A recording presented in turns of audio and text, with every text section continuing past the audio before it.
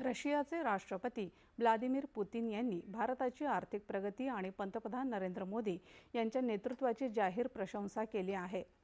जगातल्या प्रमुख अर्थव्यवस्थांमध्ये भारतानं स्थान मिळवलं असून सर्वाधिक वेगाने विकास पावणाऱ्या अर्थव्यवस्थांमध्ये भारताचा क्रमांक लागतो।